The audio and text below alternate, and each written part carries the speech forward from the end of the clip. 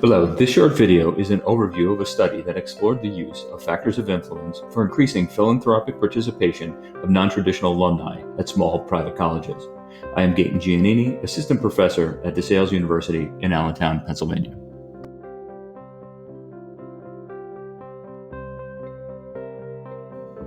Overall philanthropic participation of non-traditional alumni, while a growing portion of the student and alumni body at small private colleges and universities, lags that of traditional alumni.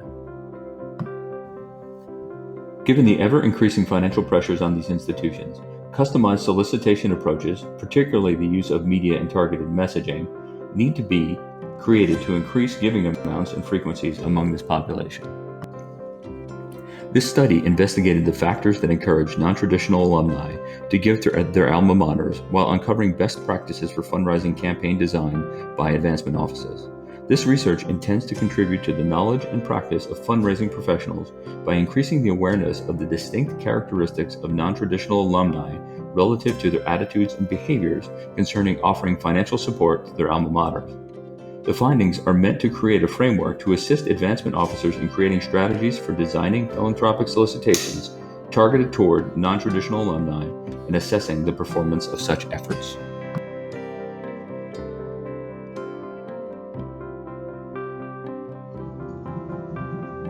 Though scholarship on higher education philanthropy exists, a better understanding of how to engage non-traditional donors is needed.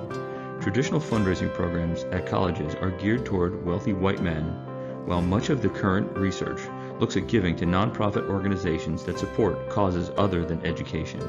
This dearth of research on philanthropy in higher education, especially with the non-traditional alumni segment, has become acutely apparent. In recent decades, giving behaviors have shifted, impacting the ability of advancement professionals to raise funds as effectively as they once did. As a result, decreased efficacy of methodology-driven fundraising has yielded to donor-driven approaches. Unsegmented solicitation strategies have conceded their dominance to niche audience techniques, and mass marketing has relinquished its supremacy to one-on-one relationship building. This study aims to suggest new approaches to fundraising for this historically overlooked but increasingly important segment of potential donors.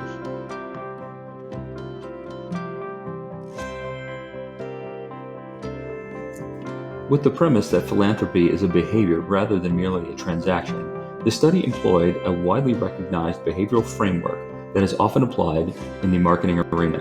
This framework is based on Cialdini's Influence, Science and Practice, a seminal work on applied persuasion that can assist in understanding how the philanthropic decision-making process of non-traditional alumni can be influenced. Cialdini identifies 6 factors of influence and applies them both to marketing and to everyday life, suggesting that reaction to such forms of persuasion are, to some degree, hardwired into humans and have become cultural norms to which we all need to respond or suffer societal repercussions. Using Cialdini's factors as a guide offers an opportunity for examining the practices of colleges relative to soliciting regular donations from non-traditional alumni and points the way to improved practices to cultivate support. In particular, understanding which modes of persuasion have been proving to increase overall philanthropic participation of non-traditional alumni among small, private, not-for-profit colleges can shed light on which components of the decision-making process are most readily swayed by current advancement practices and which factors of influence are most effective with this audience. Finally, combining data on the operational effectiveness of past campaigns and related fundraising techniques, cross-referenced by types of influence employed, we can draw out and define common barriers to giving for non-traditional alumni and suggest how they may be overcome. In this study, several themes emerge that can inform best practices for fundraising from the non-traditional audience and guide campaign design. The literature reviewed and the survey data from this study are consistent in uncovering the lack of attention given to non-traditional alumni as a discrete segment, despite there being compelling evidence that this population is growing in size and importance. Therefore, the primary recommendation is for small private colleges to recognize this cohort as a distinct population for which philanthropic solicitation campaigns are designed and processes are implemented to measure their performance.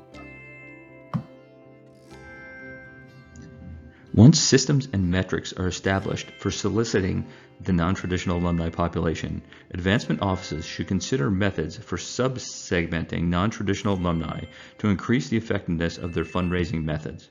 Recognizing that non-traditional alumni are not monolithic, appeals can be aligned with issues or interests of multiple non-traditional alumni donor groups, using the most appropriate factors of influence in their messaging strategy.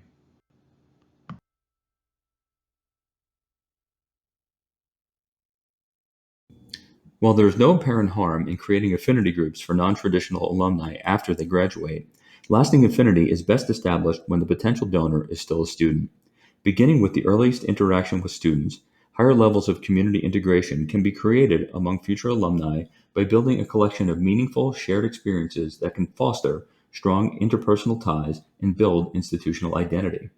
Such a strategy can be more influential in giving decisions than wealth levels, which is significant for a student population that is being educated later in their careers and may not have the same financial wherewithal as traditional alumni. In addition to creating affinity with the non-traditional students from their acceptance into college, it is essential that the messaging directed at this group be consistent and not conflated with messaging designed for the traditional student or alumni audience.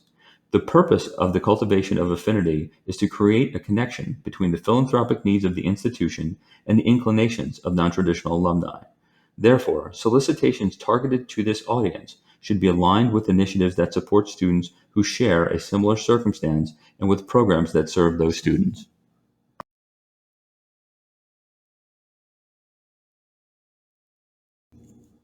The literature suggests, and the study begins to show evidence, that using Cialdini's factors of influence in the design of philanthropic campaigns can have a positive impact on fundraising effectiveness among non-traditional alumni. This is not to suggest that these factors of persuasion are ineffective with traditional alumni, but the tailoring of solicitations to the giving triggers of non-traditional alumni can increase their participation. Cialdini's work is a useful tool in crafting philanthropic campaigns because it gives fundraising officers a framework that steps away from the rational cost-benefit appeal and simplifies the construction of solicitations that use a psychosocial approach. Such a strategy is useful because it can increase the connectedness between the donor and the college by highlighting the similarities between the parties. This squares nicely with the creation and maintenance of affinity and the notion that philanthropic decision-making can tend to be more irrational than rational. The findings of the study support continued use of Cialdini's factors in solicitation design and suggest incorporating multiple factors into campaigns. The data indicate it may be prudent for fundraisers to look beyond using just the factors of liking and commitment by exploring the deployment of other factors. Specifically, social consensus and scarcity appear to have the best correlation to fundraising success and would be logical starting points for those institutions wishing to expand their use of persuasive techniques.